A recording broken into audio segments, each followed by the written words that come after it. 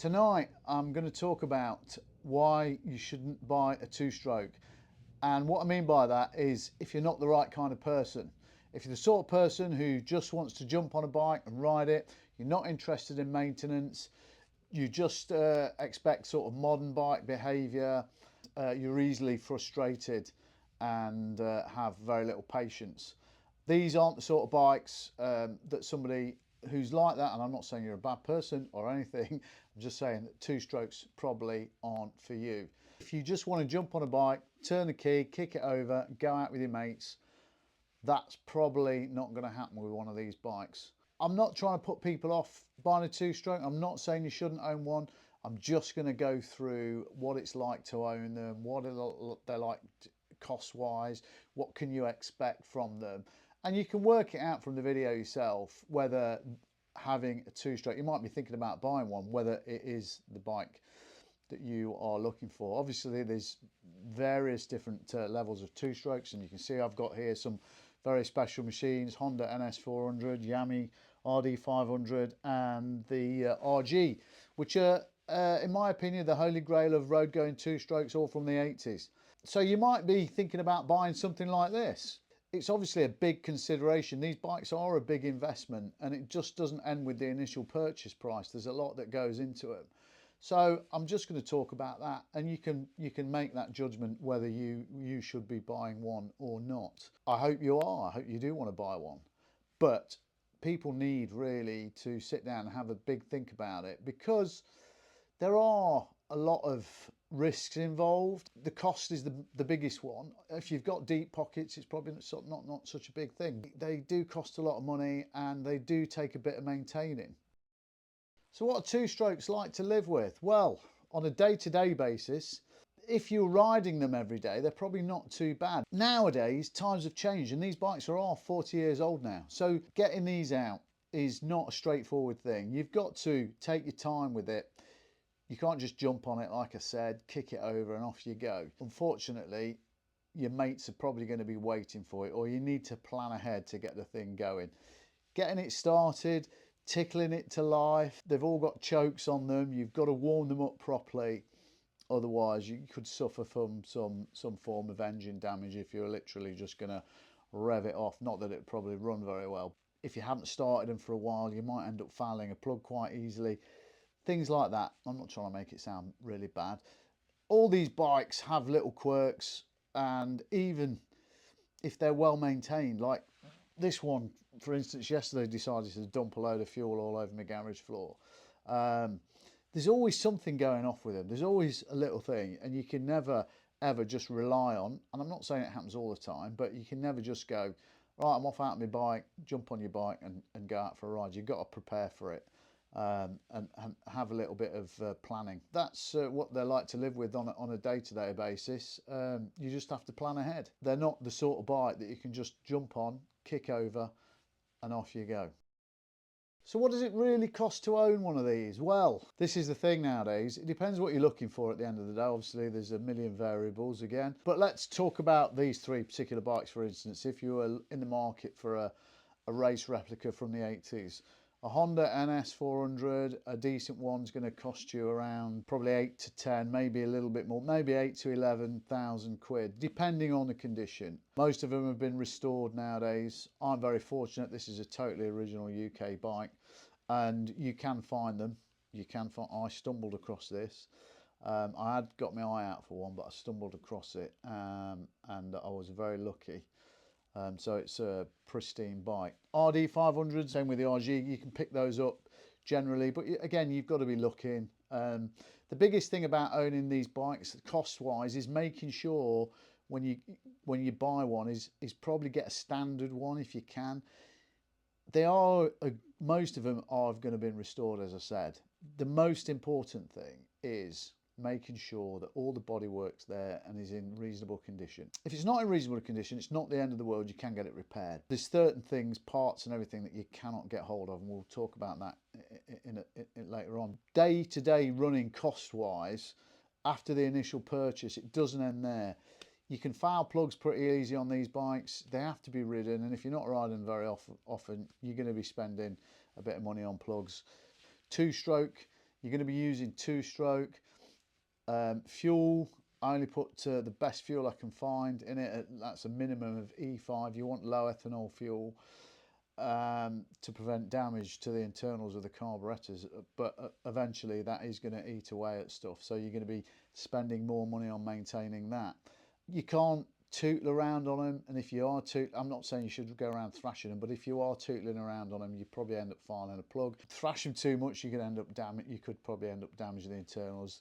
Unless you've stripped a bike and rebuilt it yourself, you don't know how good the condition of the engine is. They can be initially expensive, and then there's ongoing costs with them, which is more than what you'd have with a modern bike. Servicing costs, you're not going to be probably spending much on servicing costs. You should be able to work on the bike yourself if you're going to buy one of these. That's part of the fun of owning them, because sending one of these off to a specialist, and when I say specialist, I mean somebody who's dealing with two strokes nowadays, and you won't find a local garage that's familiar with an NS400 V3 or an RD500 V4 or a Square 4 Suzuki. You're going to have to send it to somebody who knows what they're doing with that particular bike, and that's going to cost you money. So you're better off being able to do it yourself. You probably save a little bit of money there, but you're going to be doing stuff more often. That's for certain.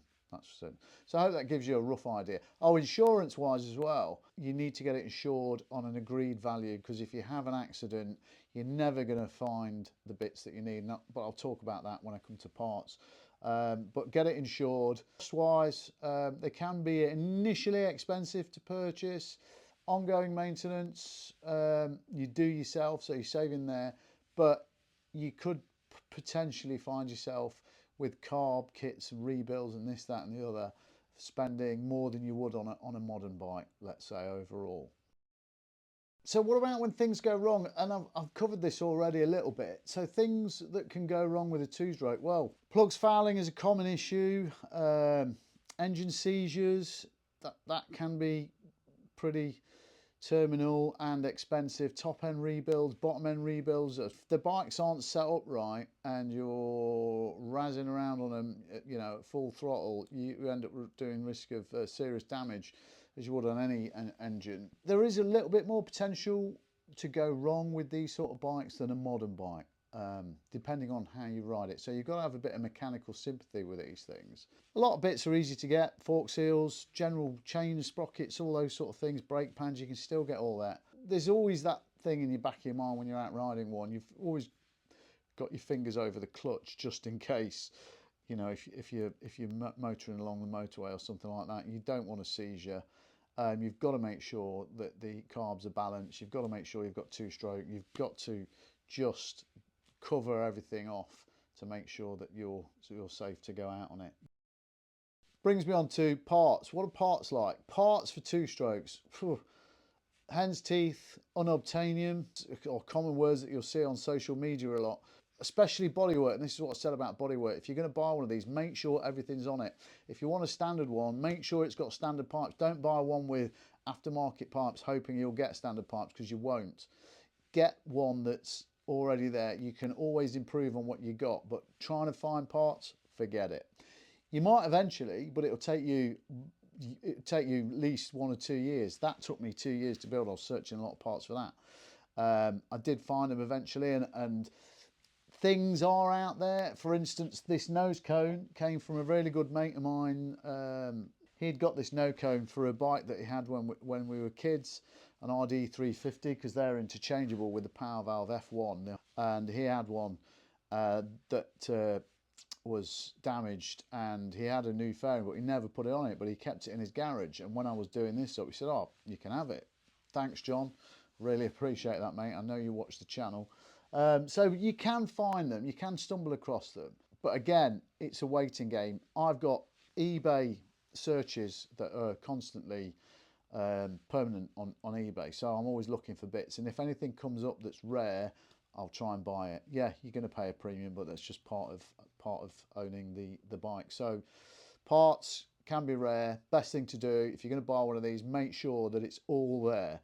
Things can be repaired, but things cannot be replaced. You can't really find the parts that you need. So that's the important thing about buying one when you buy one.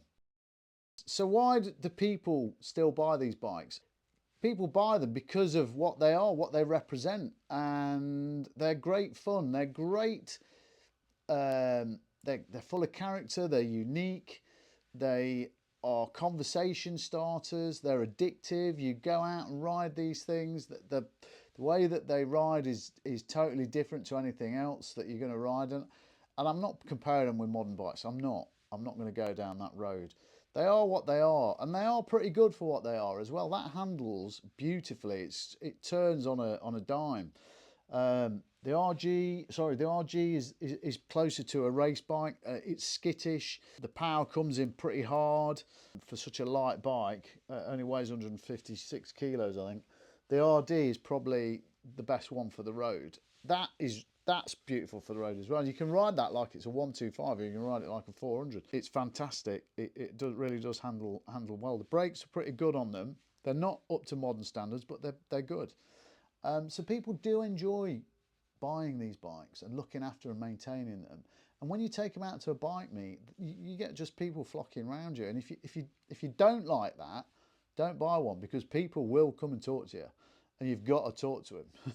They want to ask you questions. They want to relive their childhood. They want to smell the two-stroke.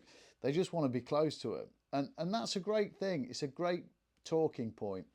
They are you know, unique bikes from that era, and people love to see them. So that's why people still buy them. It really is a pleasure to own one, and I'd fully recommend it. And you don't like attention, don't bother, because you will get crowds of people around it asking you questions, which I personally enjoy. I don't mind it at all. I love to talk about them. That's why people do still. Some people buy them as investments. I wouldn't buy it as an investment, because you're probably going to spend more money on the bloody thing than you you know, you're going to get back from it. And bikes, we've seen them, especially during COVID, the values of bikes went up and then they've gone back down again. You've got to be careful when you're buying them to make sure you get it at the right price, because there's a lot of rose-tinted spectacles when you go and buy a bike. You see, oh, I just want to have it, I just want to have it, and you buy it. You've probably paid more money than you should have. To sum up then, should you not buy one of these? Well, I hope that's answered some of your questions. But these bikes, they aren't practical, they're not sensible, they were once, and they aren't cheap. But they are great to ride, and they are very addictive.